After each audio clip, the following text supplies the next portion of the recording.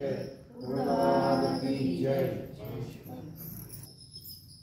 ही दक्षाची मुलगी असं आपल्याला गुरुजींनी सांगितलं परवा. दक्ष म्हणजे जो नित्य जागृत असतो तो दक्ष.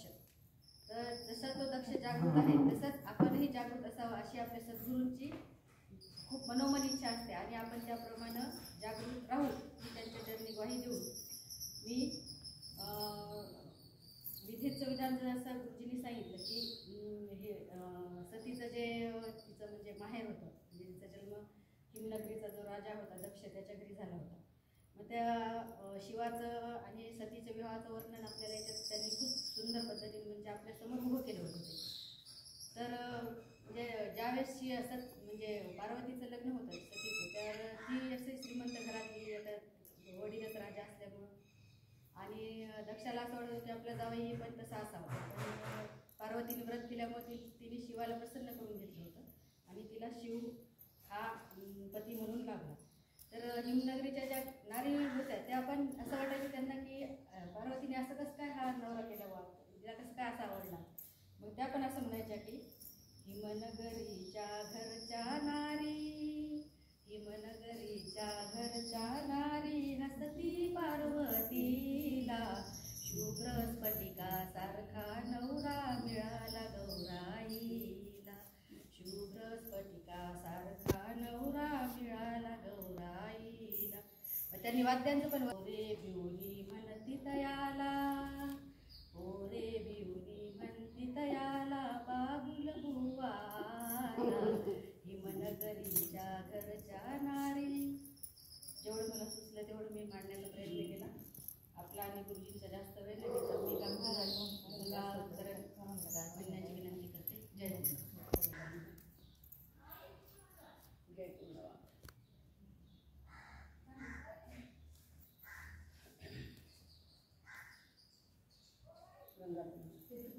प्रथमारंभी वंदन सद्गुरु मातृपितृपद कमलाते, हरी चिंतित अखंड त्यासी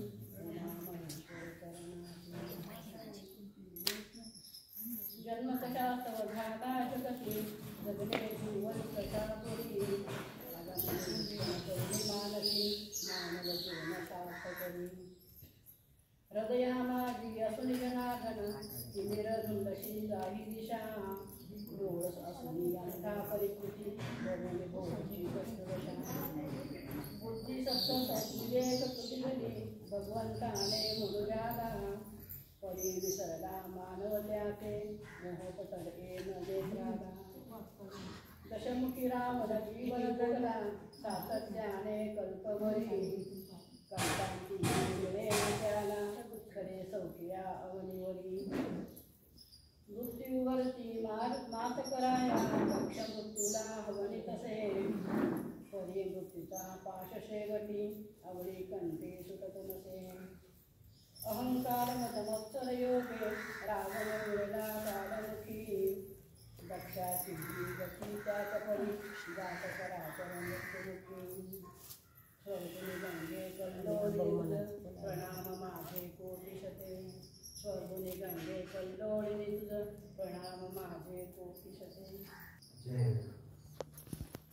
छाये नित्यं महेशं रजतगिरिनिभं चारुचन्द्रावतंसं, रत्नाकल्पोज्ज्वलाङ्गं परशुमृगवराभीतिहस्तं प्रसन्नं, पद्मासीनं समनस्तात् स्तुतमगणर्व्याघ्रकृत्यं वसानं, विश्वाभ्यां विश्ववन्द्यं निखिलभयहरं पञ्चवक्त्रं त्रिनेत्रं, असे कर्मयोगी असे ध्यानयोगी, स्वयं पूर्णतो ज्ञानयोगी विरागी.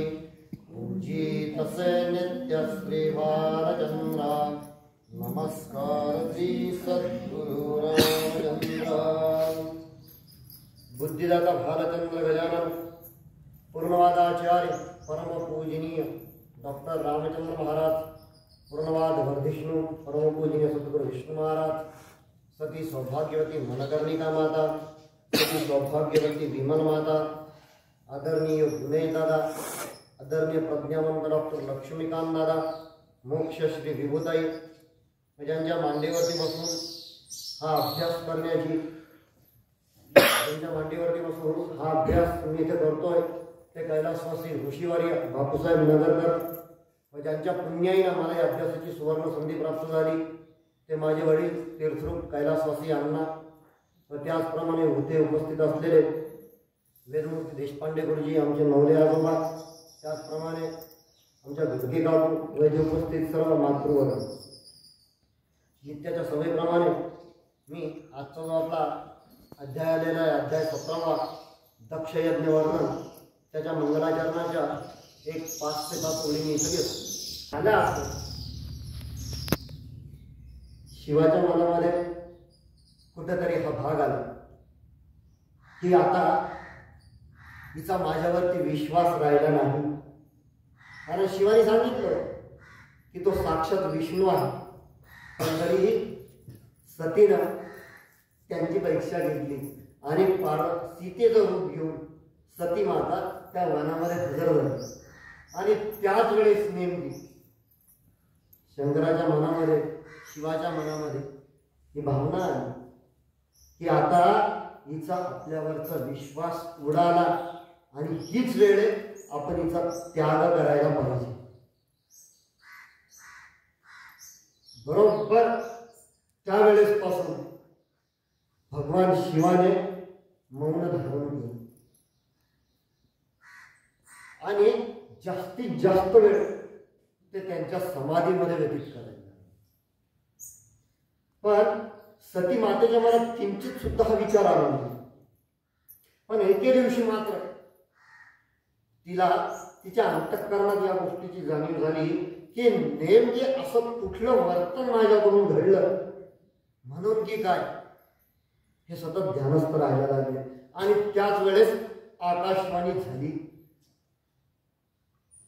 आणि आकाशवाणीमध्ये असं ती वदली आकाशवाणी की आता शिवांनी जे आहे ते संसारातून लक्ष काढून घेतलं आणि त्यामुळे शिवतेच्या वचनात फक्तबद्ध झालेला आहे. त्यानं जे वचन घेतलेलं होतं, जे वचन त्यानं दिलेलं होतं ते आता त्याचं पूर्ण झालं. एवढं म्हणून आकाशवाणी सांगते ह्या मातेला बिचारीला काहीच कल्पना नाही की यांनी आपला त्याग केला.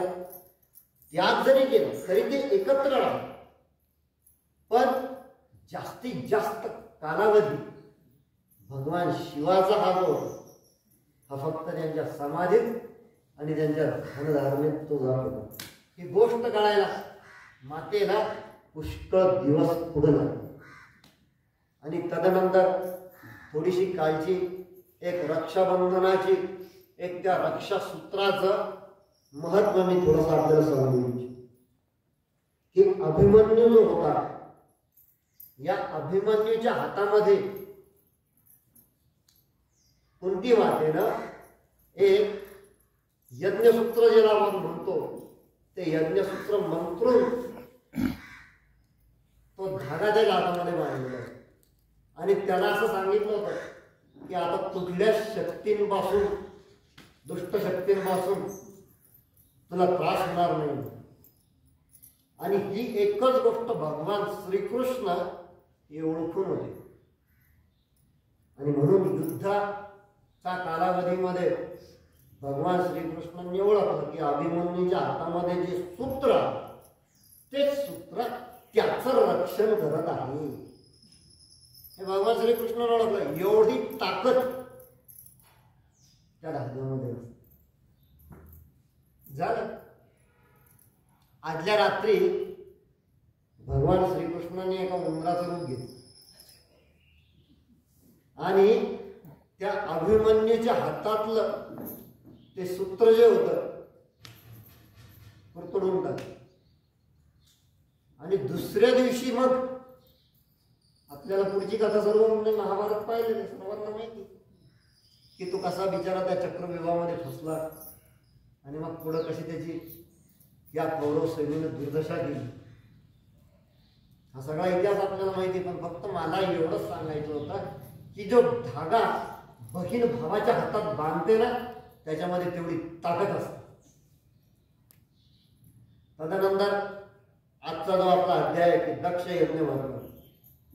आता झालं असं की या दक्ष यज्ञाच्या अगोदर सुद्धा कणखल तीर्थ या क्षेत्री एक मोठा यज्ञ झालेला आहे.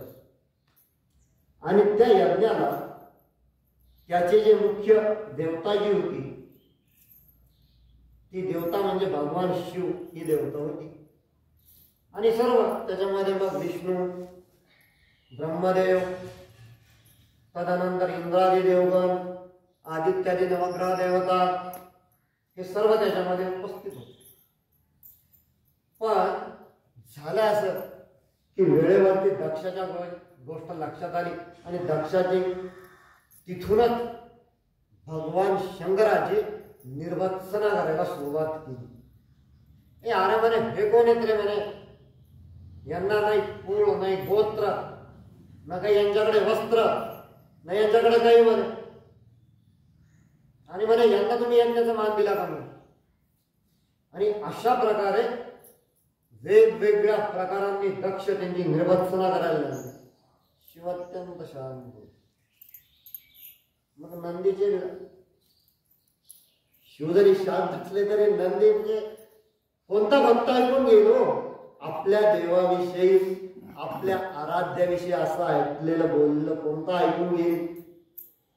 मग नंतर म्हणून नंदिकेश्वर पुढे आले आणि नंदिकेश्वरांनी त्यांना सांगितलं की अरे ज्यांच्यामुळे खरं या पृथ्वीला या विश्वाला आणि या यज्ञाला अर्थ आहे तो माझा महेश्वर आहे आणि तू काय म्हणतोस.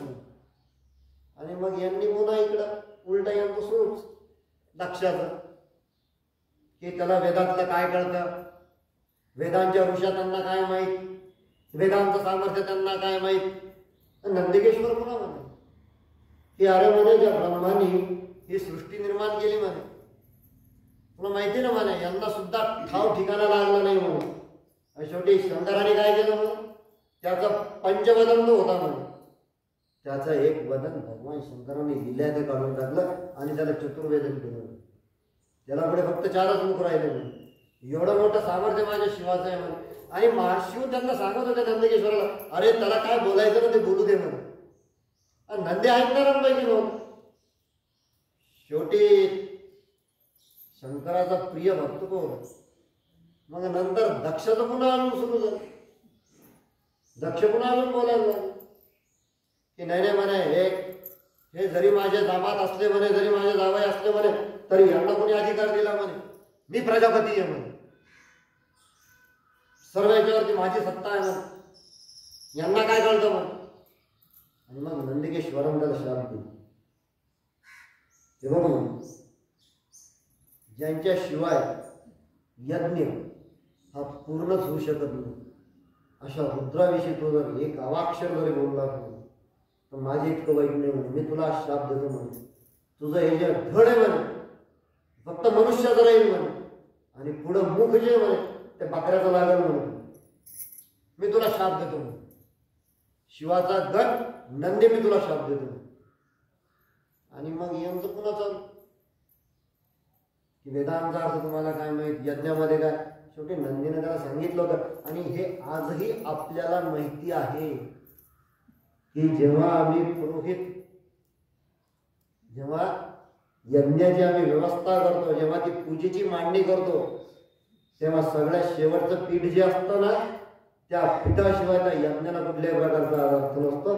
आणि त्या शेवटच्या पीठाला म्हणतात रुद्रपीठ किंवा रुद्र कलश किंवा ईशान्य कलश असं त्याचं नाव.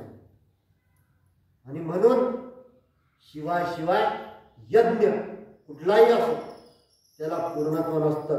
एवढंच काय आमची तिची यज्ञवेदी सुद्धा असते म्हणजे जो यज्ञकुंड असतो त्याचे सुद्धा वेदांमध्ये प्रमाण सांगितलेले आहे.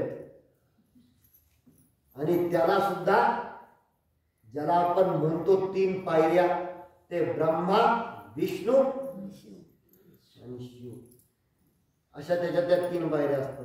यांच्याशिवाय यज्ञ पूर्ण होऊ शकत नाही.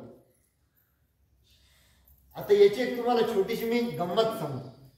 आपल्या पारनेरला एक सगळ्यात मोठा यज्ञ परमपूज्य दादांनी 1995 साली केला होता. 9 जून ते 21 जून पर्यंत तो यज्ञ होता.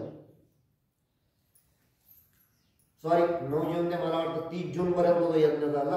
असा 21 दिवसाचा तो यज्ञ होता आणि खूप मोठा त्याचा संस्कृत नव्हता, आम्हाला सुद्धा येत नव्हतं. शेवटी दादांनी सांगितलं तुम्ही त्याला फक्त चगनिया म्हणा म्हणून. आणि आपल्याला माहिती त्या यज्ञातल्या विटा कुठल्या होत्या? त्या आमच्या वायजापूरच्या होत्या. त्या विटा आमच्या वायजापूरच्या होत्या. आणि एक दिवस असं संध्याकाळी आमच्याकडे कैलासवासी बिजू काका वजे म्हणजे वी वा वजे, हे वजे काका आमच्याकडे एक दिवस संध्याकाळी असे 2-3 गोण्यावरून काहीतरी त्यांनी आणले. आणि आल्या आल्या ते घरात आले मला सांगितलं अरे बाळा ते जरा रिक्षातले त्या गोण्याकडून आणून त्यांनी ते समोर ठेवलं. सांगा म्हणे आता याच्यात काय. आता आम्ही म्हटलं बाबा तुम्ही पंचांगाशिवाय दुसरं काही तुम्ही आणतच नाही. म्हटलं काय पंचांग असेल तर ग्रंथ असेल. म्हटलं नाही नाही बघ म्हणे वाजवून बघ म्हणे. वाजवून म्हटलं आता काहीतरी लाकडी वस्तू ती काढ म्हणे. काय वेगवेगळ्या प्रकारचे साचे. म्हटलं काका हे कशासाठी आहे म्हणून. ठीक आहे म्हणे अगोदर आपल्या गावातल्या बाकीच्या इतर पूर्णवादी मंडळींना तर बोलवा म्हणे, मग मी सांगतो म्हणे. आणि रात्रभर आम्ही विचार करत बसतो हे कशासाठी पाठवलं यांनी. पण रात्र झालेली असल्या कारणाने ना आमचं घरी गावाच्या बाहेर असल्या कारणाने सगळ्यांनी सांगितलं आम्ही दुपारी येऊ द्यायलो म्हणून. झालं रात्रभर आमच्या डोक्यात विचार चालू. दुसऱ्या दिवशी जेव्हा सगळे मंडळी आले तेव्हा त्यांच्या समोर वजे काकांनी सांगितलं की एक मोठा यज्ञ जो रामाने केला आणि रामानंतर तो अजूनपर्यंत कोणीच केलेला नाही, तो परमपूज्य सद्गुरुराज विष्णू महाराजांनी पारनेर या क्षेत्री करायचं ठरवलेलं आहे. आणि त्याच्यासाठी ज्या विटा लागणार आहेत म्हणे त्या विटा वैजापूरून आमचे कारभारी शेठ निकमे तयार करून देतील. आणि त्याच्यासाठी आम्ही हे साची घेऊन इथं आलेलो. आणि नंतर मग त्यांनी त्या साच्यांचं प्रमाण सांगितलं, त्याचं माप त्यांनी सांगितलं. 32 उभे पांढरे तीळ, 32 उभे पांढरे तीळ तर 108 आडवे पांढरे तीळ, अशा तिळांच्या याच्यामध्ये त्याचं प्रमाण होतं. आणि म्हणून की काय त्यांनी ते साचे तयार करून आणले. साचे हे मूळ जे होते ते फक्त 8च मेन साचे होते. पण समजा काम करताना एखादा साचा तुटला वगैरे काही झाला तर मग त्यांनी अशा एका प्रकारचे 3-3 साचे तयार करून आणले. झालं आमच्या वैजापूरकरांसाठी ती अत्यंत भाग्याची गोष्ट. आणि आमच्या कारभारी शेठनी तर अक्षरशः यांची जी वीटभट्टी होती, आपल्याला माहिती जनरली ज्या वीटभट्टी असतात त्या नदीच्या बाजूलाच असतात. आणि म्हणून नदीचं जे काही साचलेलं पाणी, हे साचलेलं पाणी त्या विटा तयार करण्यासाठी ते वापरायचे. पण त्यांना जसं कळालं पारनेरून आलं दादांची आज्ञा, पाण्याचे टँकर लावले नगरपालिकेत. माझ्या गुरुच्या घरी येत नाही म्हण, हे असं तसं चालणार नाही म्हण, खराब पाण्यात मी करणार नाही म्हण, शुद्ध पाणी वापरेल म्हणून. आणि त्याचं जे प्रमाण होतं काका, ज्या प्रकारच्या विटा त्यांना 800 लागत होत्या का त्याच्या तिप्पट, 1200 लागतात का त्याच्या तिप्पट, 2000 लागतात का त्याच्या तिप्पट. आणि एक अक्षरशः मोठी ट्रक भरली, 9 टायरची ट्रक भरली. विटा तयार झाल्या, ट्रक मध्ये विटा टाकल्या, विटा होऊन गाडी पारनेरला आली. सोबत त्या विटा उतरवण्यासाठी यांचे सगळे कारागीर.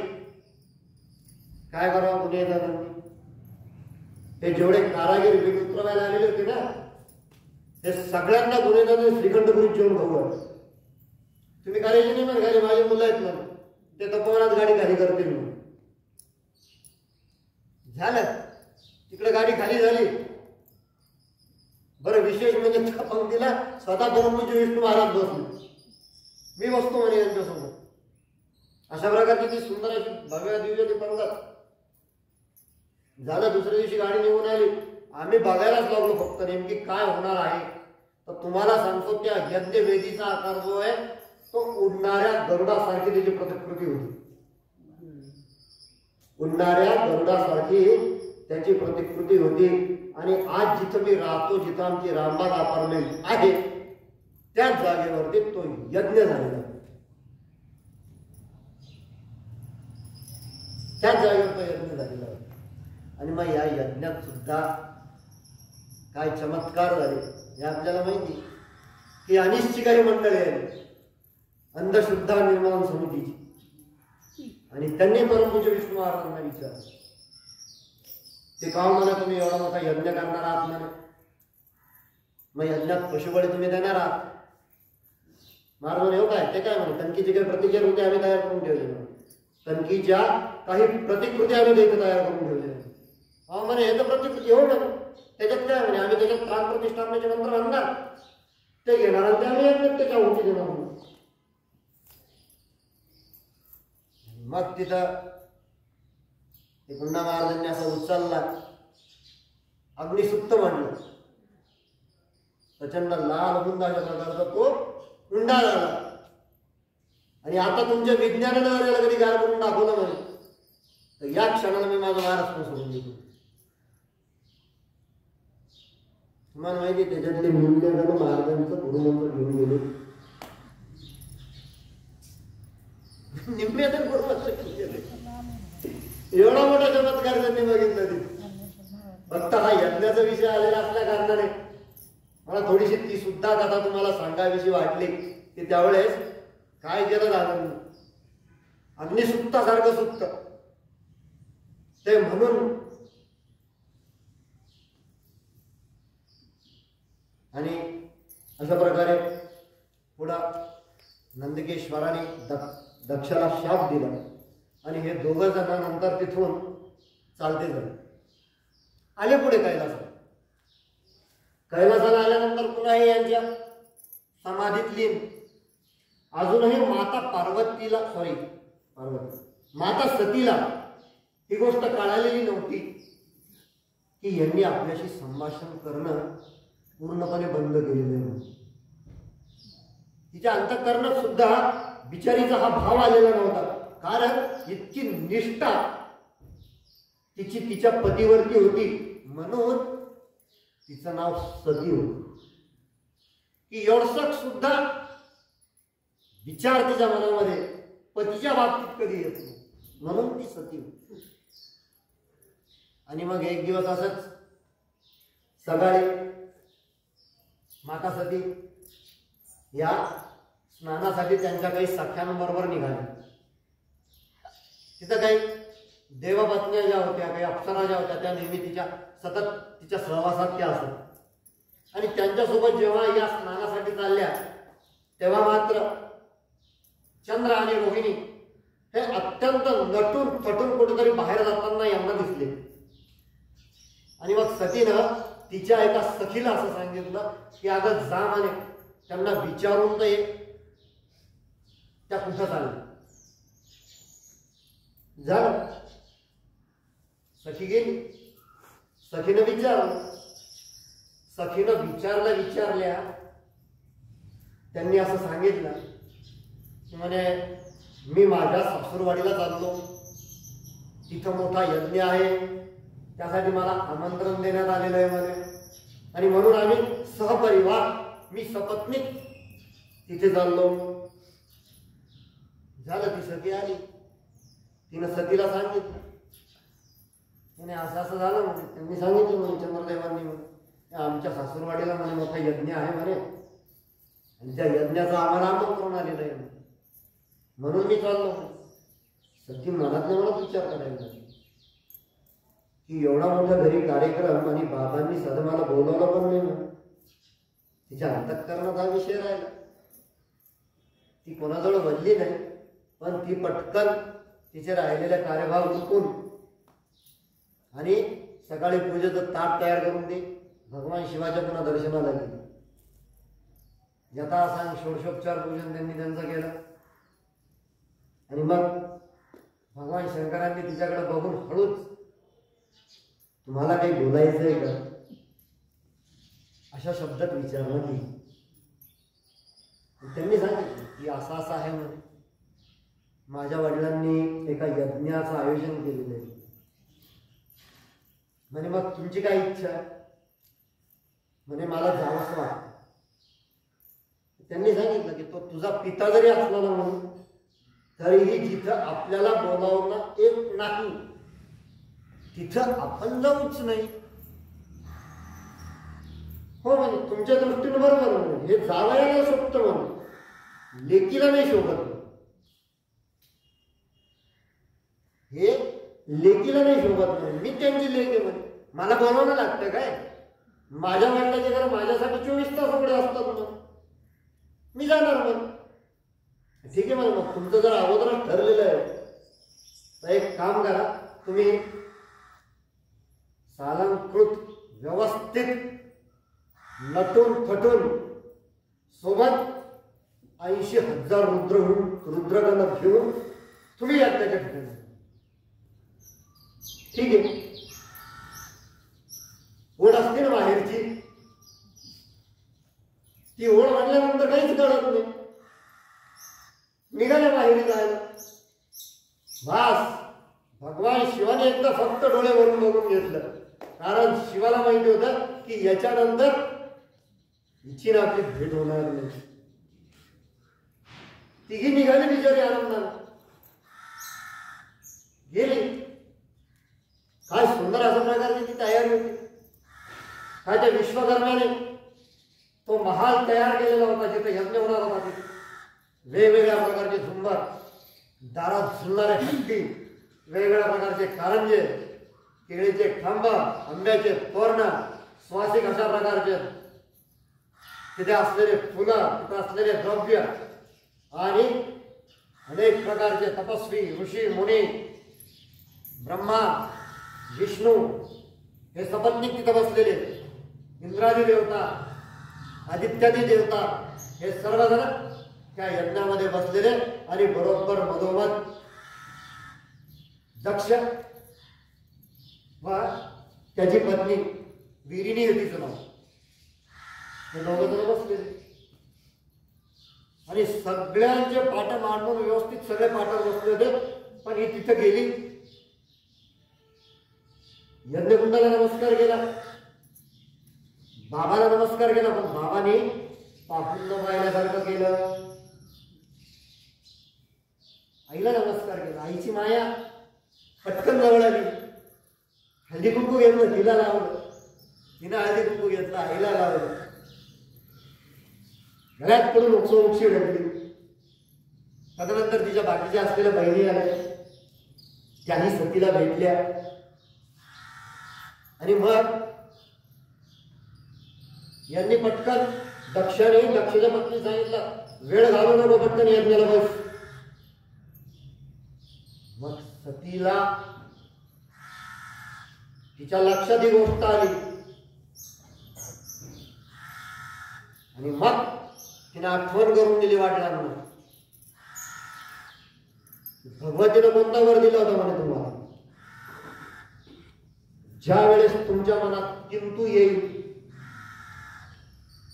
आणि ज्या वेळेस तुमच्याकडून मला योग्य अशा प्रकारची वागणूक मिळणार नाही, त्यावेळेस हा विचार तिच्या अंतःकरणात आला.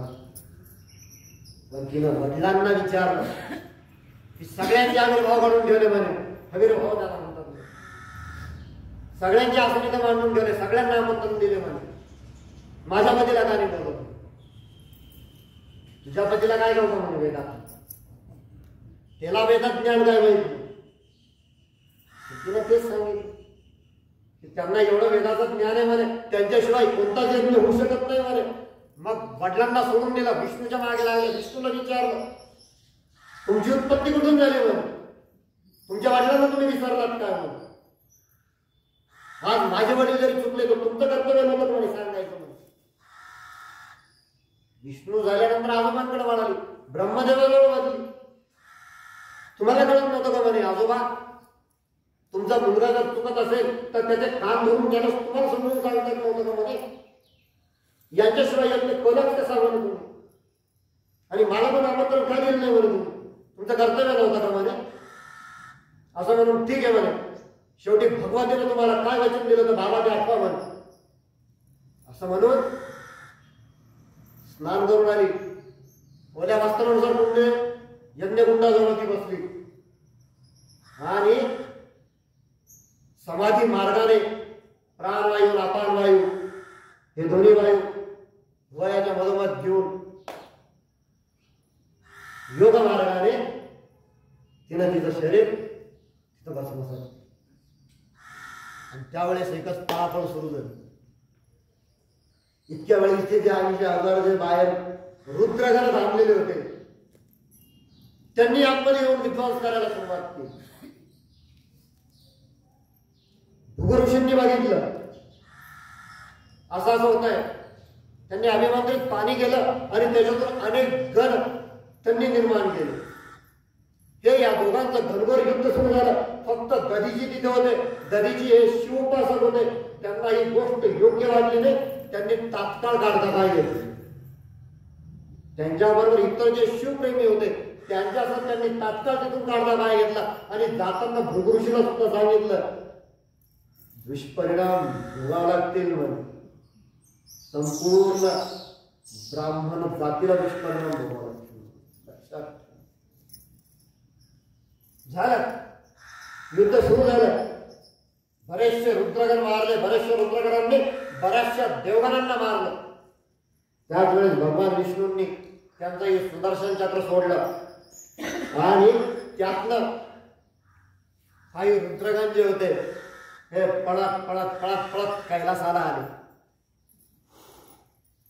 कैलासाला आले. भगवान शिव तपश्चर्यात होते.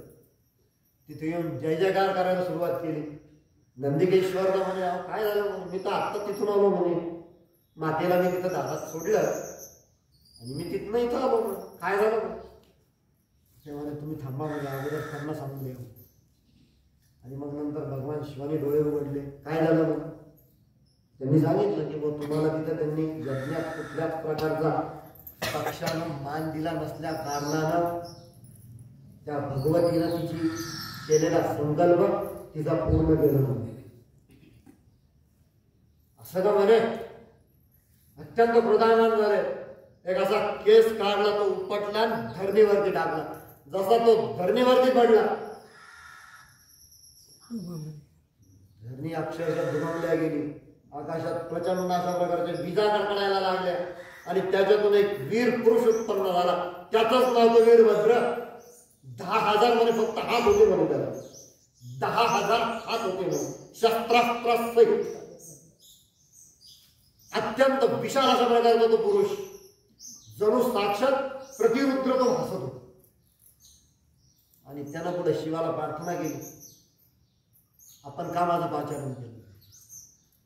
त्यांनी सांगितलं की तू माझा आवडता गणेश माने. दक्षाने यज्ञ केला. त्या यज्ञात मला मान त्यानं दिला नाही. तिथं तुझी माता सती गेली म्हणे आणि ती तिथं जाऊन खरंच सती गेली म्हणे. हो का म्हणे. आता तू जा आणि त्या यज्ञाचा विध्वंस कर. मग भलेमध्ये कोणी येईल. विष्णू जरी आला ब्रह्मा जरी आला तरी त्रिशूळानं उडवून टाक. पुढचं मी पळून घेईन. कधी कधी होता असं आपल्या आयुष्यामध्ये. आपण एखाद्या परिस्थितीत जेव्हा घाबरून दादांकडे जातो आपल्या सद्गुरूंकडे जातो आणि जेव्हा आपण आपलं मनोगत तेव्हा म्हणतो तेव्हा दादा काय सांगतो अरे काळजी कशाला करतो देवाची तुझ्यावर खूप कृपा आहे होऊन जाईल. आणि म्हणून आमचे घोडके काका नेहमी अगदी भरभरून सांगतात की काहीही नसताना माझ्याकडे रुपये नसताना सुद्धा एवढं मोठे ऐश्वर्यवान बिल्डिंग फक्त सद्गुरूंच्या कृपेने आणि त्यांच्या निष्ठेवरती ती पूर्ण झाली. इथं देवाची कृपा लागते. इथं गुरुची कृपा लागते. आणि म्हणून तो वीरभद्र निघाला. कसा होता त्याचा रथ. 10,000 सिंह त्याच्या रथाला होते. 12 योजने दूर इतकी तिची लांबी होती. आणि सोबत नवदुर्गा या सुद्धा त्याला सहाय्य करण्यासाठी. आणि अशा प्रकारची ही सेना पुढे दक्षाच्या घरी चालायला सुरुवात झाली. 3 लक्षहून अधिक रुद्रगण यांच्या समवेत झाले. दक्षाच्या त्या यज्ञस्थळापर्यंत पोहोचले आणि जसं यज्ञस्थळापर्यंत पोहोचले तसं रथातून वीरभद्राने खाली उडी मारली. कुठे तो दक्ष अनामाने माझ्या समोर. त्याचं ते रूप बघून दक्ष जे पळाला ते विष्णूच्या मागेच झोडून. देवा म्हणे आता ते खरं नाही, आता सगळा भाग तुमच्या भरोशावर केव्हा म्हणली सगळं नाटक. मला काय माहिती म्हणजे पुढे एवढं मोठं घडलं म्हणे. शेवटी आता मी तुम्हाला शरण आलो म्हणतो, आता सगळं तुम्हालाच करायचं. विष्णूला आवडत्या लाडक्या भक्ताकडे बघितलं. भृगु ऋषी आवडते विष्णू भक्त. मग त्यांनी सुद्धा पुन्हा पाणी अभिमंत्रित केलं. त्या पाण्यातून अनेक त्यांनी गण उत्पन्न केले आणि ह्या गणांचं आणि रुद्रगणांचं पुन्हा तिथे युद्ध सुरू झालं. आणि त्याच आविर्भावामध्ये पुन्हा या नवदुर्गा सुद्धा तिथे प्रकट झाली आणि त्यांनी सुद्धा या युद्धामध्ये जणू काही उडी घेतली आणि भुडगोर अशा प्रकारचं युद्ध तिथे सुरू झालं. शेवटी बृहस्पती तिथे आले. बृहस्पती तिथे आले. त्यांनी बघितलं की वीरभद्राचा विष्णूंच्या समोर उभा आहे, महाविष्णूंच्या समोर उभे आणि वीरभद्राने विष्णूंना थोडीशी समज द्यायची म्हणून विष्णूंना असं ते भरले की शिवश्च हृदयं विष्णू विष्णुश्च हृदयं शिव. असं असताना कोणत्या अर्थानं इथे येण्याचं प्रयोजन केलं म्हणजे नाही. त्यानं मला बोलावलं होतं. हो म्हणे मान्य म्हणे. त्यांनी जरी तुम्हाला बोलावलं होतं तरी आता पुढे इतक्या वेळ थांबण्याची गरज नव्हती ना म्हणे तुमची. जसं दधीची जागे झाली म्हणे तशी तुम्ही सुद्धा त्यावेळेस जाऊ शकत होता म्हणे निवड. नाही म्हणे माझा कर्तव्य आहे म्हणे, तो माझा यजमान आहे म्हणे, त्याचं रक्षण करणं हे माझं कर्तव्य आहे. असं का म्हणे तू तुझं कर्तव्य कर. मी माझ्या आराध्यानं मला जे वचन दिलं, जे सांगितलं, जी आज्ञा दिली ती मी पूर्ण करतो म्हणे. चाल सोड म्हणे तुझ्याकडे किती अस्त्र मला बघू दे. चालू झालं गणगोर युद्ध. त्यांनी त्यांचं सुदर्शन चक्र काढलं. ते फक्त वीरभद्राजवळ येऊन उभं राहिलं. पण आपल्याला माहिती भगवान विष्णूंना सुदर्शन चक्र कोण दिलं? शिवाने दिलं. ते नुसतं उभं राहिलं. ते जसं वीरभद्र पुढे आले तर हात जोडले. विष्णू आता तरी डोळे उघडा मध्ये. आणि मग तिथे बृहस्पती ऋषी आहे. देवगुरु बृहस्पती तिथे. आणि मग त्यांनी ब्रह्मदेवाला आणि यांना सांगितलं आता बस करा म्हणे. तुमचं आता इथं कुठल्याच प्रकारचं कार्य शिल्लक राहिलेलं नाही. तुम्ही दोघं जण आपापल्या पत्न्यांना घेऊन तोपर्यंत ह्या दोन पत्न्या ह्या नवदुर्गांशी लढत होत्या. तुम्ही तुमच्या सहपरिवारासह इथून तुमच्या निजस्थानी जाणं. कारण हा वीरभद्र आहे ना म्हणून हा तुमच्या कोणालाच बंधऱ्यांपैकी नाही. हा साक्षात शिवाने त्याच्या क्रोधातून उत्पन्न केलेला आहे. याचं मुख बघा म्हणून अनेक कोटी सूर्याचं तेज त्याच्या मुखावरती. याचे डोळे बघा म्हणून अक्षरशः निखाऱ्यापेक्षाही जास्त तप्त, अग्नीपेक्षाही जास्त तप्त याचे नेत्र आहेत म्हणून. तुमच्या घरी जा. त्यांनी त्यांना पाठवून दिलं आणि फक्त एवढंच बदले दक्षा तुझं कल्याण. शेवटी या गोष्टीला तूच कारणीभूत झाला. त्याच्यामुळे परिणामाला सुद्धा तू सांगू सांगून दिलं. घाबरला दक्ष. हरणाचं रूप घेतलं. आकाशमार्गे उडायला लागला. काय नाही वीरभद्रानं फक्त त्याचा पाय असा धरला त्याला जमिनीवर आपतो. आणि जसा तो जमिनीवर आपटला तोपर्यंत इकडं भृगू हातामध्ये पुन्हा पाणी घेतलं. पाणी सोडणार छाताडावर लाथ मारला आणि एक पाय त्याच्या छातीवर ठेवला छातीवर नव्हे, ज्याला नरड्यावर पाय ठेवला. आता मनमनी म्हणतो म्हणजे मंत्रच काढतो म्हणून पाय. आणि असं म्हणून एक पाय त्या हरणाचा असा पकडला, गरा गरा गरा गरा फिरव, दणदंड्या दक्षाला खाली टाकला. त्रिशूळ घेतलं, शिरच्छेद करून टाकलं झालं. तदनंतर सर्वांनी शिवाचा तिथे जय जयकार केला. अक्षरशः त्याचं ते धड होतं त्याच कुंडात टाकलं, इतका. आणि जेव्हा ते पूर्ण भस्मसात झालं तेव्हा कुठं वीर बदलू शकतो. चला गेले सगळे. ओम नमः शिवाय, ओम नमः शिवाय, ओम नमः शिवाय, हर हर महादेव, ओम नमः शिवाय, हर हर महादेव, ओम नमः शिवाय, हर हर महादेव करत हे सर्वजण कैलासाला पोहोचले. कैलासाला गेले. भगवान शिवासमोर ते उभे राहिले. आणि मग त्यांना सांगितलं की आता त्या दक्षाचा पूर्णपणे आम्ही नाश करून आणले. आणि तदनंतर भगवान शिवांनी त्यांच्या मस्तकी हात ठेवला आणि त्याला सांगितलं की तुझ्या एवढा प्रखर तपस्वी, प्रखर वीर, प्रखर भद्र, म्हणूनच तुझं नाव आहे वीरभद्र.